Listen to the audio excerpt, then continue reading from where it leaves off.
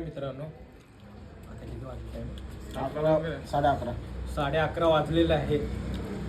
स्वतःहून भाऊनी बनवलेलं वडापाव खातोय आणि स्वतः दुकानचे मालक स्वतःहून बसून आपल्या सोबत खात आहे. प्रेम म्हणजे असं असावं लागतंय की 11:30 वाजलेले ते स्वतःहून दुकानचे मालक बनवलेले आहे. कसं आहे माहितीये का? बाईंनी येऊन वडापाव बनवलेला आहे. एवढा बाईंनी येऊन वडापाव क्वालिटी केलाय ना की तुम्ही एकदा खरंच आपल्या श्री स्वामी कॉर्नरला अवश्य एकदा भेट द्या. बाई आता जवळजवळ 11:30 वाजत आले तरी पण बाई एवढ्या उशिरा येऊन आपल्या हॉटेलला स्वतः वडापाव बनवून ते आम्हाला सुद्धा टेस्ट ही करतात. स्वतः सुद्धा वडापाव खातात. बाईंचे मित्र आहेत ते सगळे. काय झालं होतं, मित्रांसोबत गेलो होतो. यायला उशीर झाल्यानंतर हॉटेल बिटेल सगळे बंद होतं. सगळा फुफुडा झाला होता.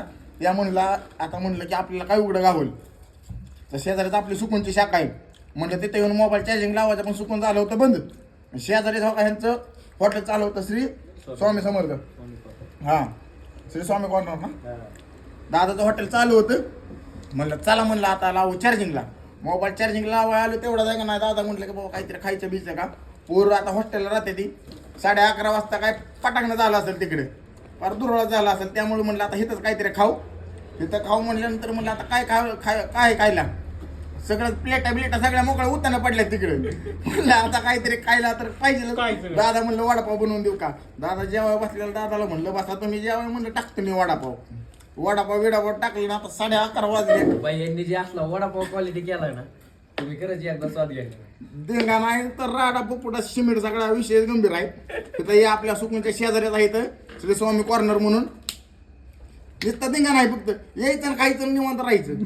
सगळा विषय यावंच लागतंय. सुभद्रा मॉलच्या पाठीमागं सुभद्रा मॉल ते मेडिकल कॉलेजचा रोड आहे ना, तिथून सरळ आलं इथंच आहे बघा. निवांत नवीन झालेली पुरी खट बिल्डिंग आहे बघा, पांढऱ्या कलरची. वरते बोर्ड दिसतं काळ्याच्या शेजारी पिवळा लालगा बोर्ड आहे ना. काळ्या शेजारी लालगा बोर्ड आहे. या एक मिनिट बोर्ड दाखवा. 1 मिनिट.